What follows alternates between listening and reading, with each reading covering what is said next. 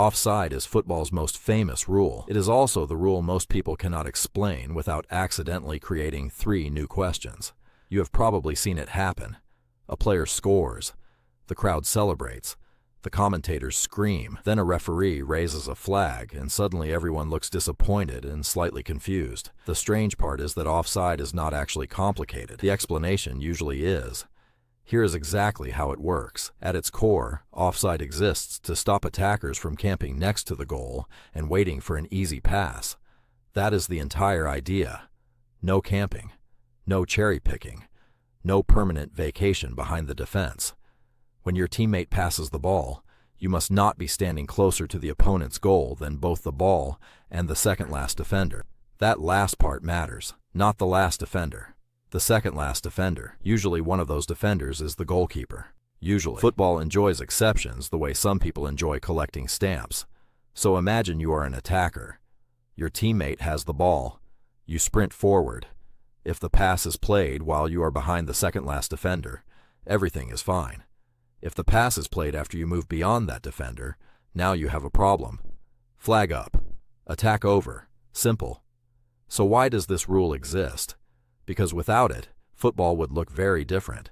An attacker could stand near the goal all game long. Defenders would be forced to stay back with them. The field would stretch. The tactics would collapse. The game would become a series of long, hopeful passes. Same reward, much less football. Offside forces attackers and defenders to move together. It compresses the field. It creates passing combinations, pressing, positioning, and tactics.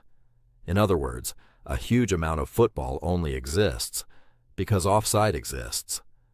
Whether you like the rule or not, it is doing a lot of work. Now for the part that confuses almost everyone. Being in an offside position is not automatically an offense.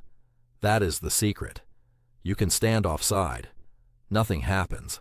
The referee only cares if you become involved in the play, touch the ball, challenge an opponent, gain an advantage. Now it matters. This is why you sometimes see players standing offside without a whistle. They are breaking no rule until they actually affect the play.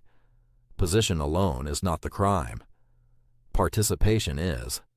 And then there is the modern twist. VAR, Video Assistant Referee. The technology that can spend several minutes proving that somebody's shoulder was slightly ahead of somebody else's knee. When VAR checks offside, it freezes the exact moment of the pass and measures positions with remarkable precision. Sometimes the difference is tiny, painfully tiny, but the principle stays the same. The timing of the pass is what matters, not when the player receives it, not when they score. The pass. This is why offside decisions during major tournaments and World Cups generate so much debate. The margins are small. The consequences are huge. One line, one decision, one very unhappy fan base. So here is the recap. Offside exists to stop attackers from waiting near the goal. A player is offside if they are beyond the second-last defender when the ball is played to them. But simply standing there is not enough. They must become involved in the action. Once you understand those 3 ideas, the rule suddenly stops looking mysterious. The game has not changed. You have. You're welcome. Subscribe if you enjoyed this type of content. It means a lot.